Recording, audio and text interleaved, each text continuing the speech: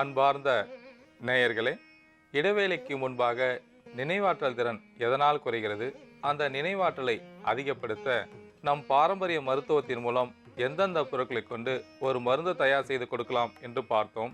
இந்த மருந்து தயார் செய்வதற்கு நாம் எடுத்து வைத்துள்ள பொருட்களின் அளவுகளை பார்க்கலாம். கொம்பு மஞ்சள் 5 கிராம், வசம்பு 5 கிராம், ஓமம் 1/4 தேக்கரண்டி, நெல்லி விதை பொடி 1/4 தேக்கரண்டி, நாட்டு சர்க்கரை தேவையான அளவு. இந்த மருந்து தயார் செய்வதற்கு கொம்பு மஞ்சள், வசம்பு, ஓமம் இவற்றை 1-2ஆக தூள் செய்து எடுத்துக்கொள்ளவும். இப்பொழுது இந்த மருந்து தயார் செய்வதற்கு முதலில் 200 மில்லி தண்ணீரை ஒரு பாத்திரத்தில் ஊற்றி லேசாக சூடேற்றவும். இப்பொழுது தண்ணீர் இளஞ்சூடாக இருக்கும் சமயத்தில் நாம் தூள் செய்து எடுத்து வைத்துள்ள பொருட்களை கொஞ்சம் கொஞ்சமாக சேர்க்கவும்.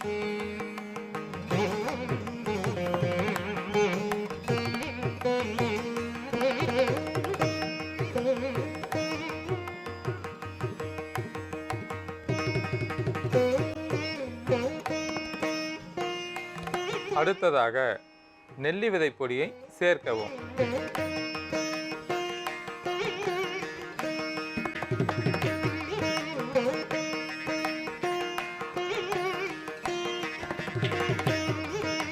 இப்பொழுது தேவையான அளவிற்கு நாட்டு சர்க்கரை சேர்க்கவும்.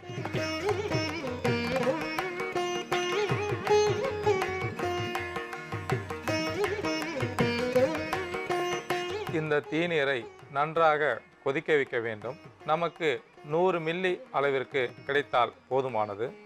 இந்த தீநீர் தயாராகிவிட்டது. இப்பொழுது வடிகட்டி எடுத்துக்கொள்ளவும்.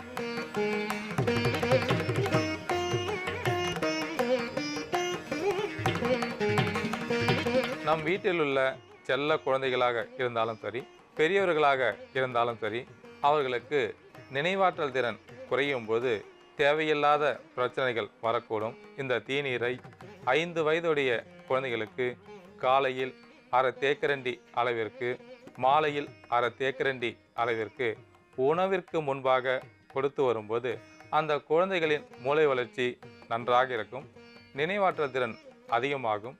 அதை போல 10 வயதுடைய குழந்தைகளுக்கு 1 தேக்கரண்டி அளவிற்கு காலை மாலை 2 வேளையும் உணவிற்கு முன்பாக கொடுக்க வேண்டும்.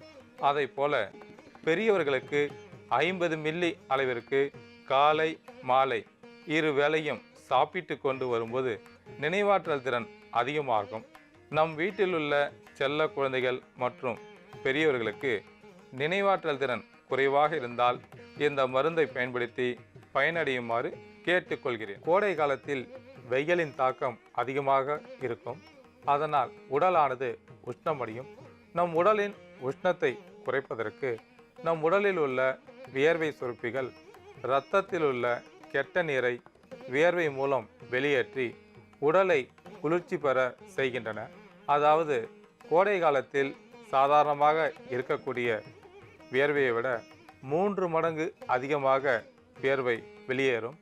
ஆனாலும் உடலில் நீர் பற்றாக்குறை ஏற்படும் போது உடலானது உஷ்ணமடையும். அந்த உஷ்ணத்தினால் நீர்க்கடுப்பு வருவதற்கு வாய்ப்புண்டு. இந்த நீர்க்கடுப்பு வந்துவிட்டால் சிறுநீர் கழிக்க முடியாது. சிறுநீர் கழிக்கும்போது அதிக வலி, எரிச்சல் இருக்கும்.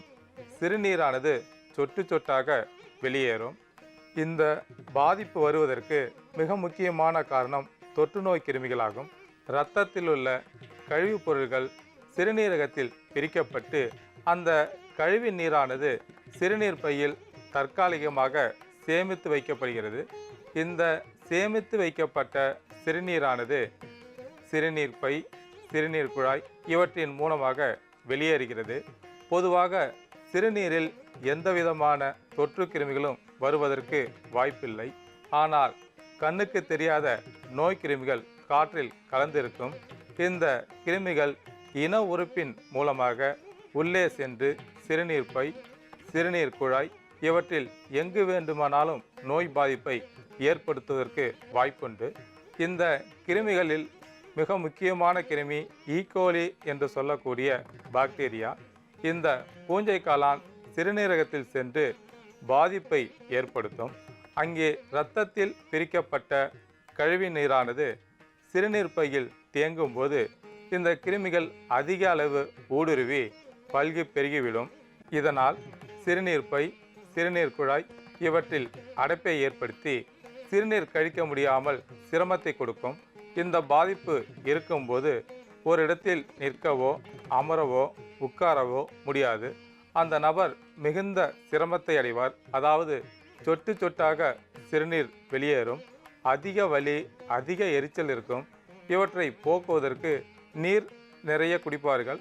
அது மட்டுமல்லாமல் வீட்டில் இருக்கக்கூடிய சிறிய வெங்காயத்தை தோல் நீக்கி அவற்றை மென்று சாப்பிட்டுவிட்டு நிறைய தண்ணீர் குடிப்பார்கள்.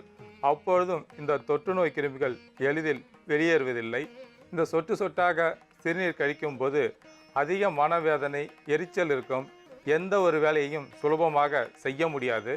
அது மட்டுமல்லாமல் கோடை காலத்தில் நாம் உண்ணக்கூடிய உணவில் உப்புச்சத்து அதிகமாக இருக்கும்போது அந்த உப்புச்சத்தானது இரத்தத்தில் கலந்து சிறுநீரகத்தில் சென்று உப்பு படிவங்களாக படிந்து சிறுநீர் வெளியேறும் போது பாதிப்பை ஏற்படுத்தும். அப்பொழுதும் வலி, எரிச்சல் வருவதற்கு வாய்ப்புண்டு.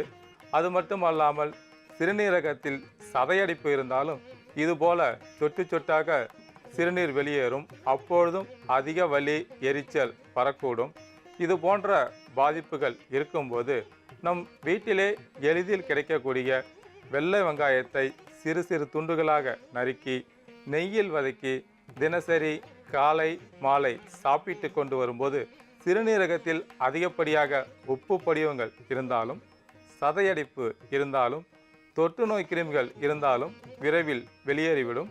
சிறுநீர் தாராளமாக கழிக்க முடியும். கோடை காலத்தில் நீர்க்கடுப்பு வந்துவிட்டால் ஆண் பெண் இருபாலருக்கும் வரக்கூடும். அப்பொழுது நம் வீட்டில் இருக்கக்கூடிய வெற்றிலைக்கு போடக்கூடிய சுண்ணாம்பை எடுத்து கால் கட்டை விரல் நகத்தின் மீது பூசிவிடும்போது உடனடியாக உடல் குளிர்ச்சி அடையும். அப்போது சிறுநீர் தாராளமாக வெளியேறும். அதிக வலி, எரிச்சல் இருந்தாலும் உடனடியாக குணமாகும்.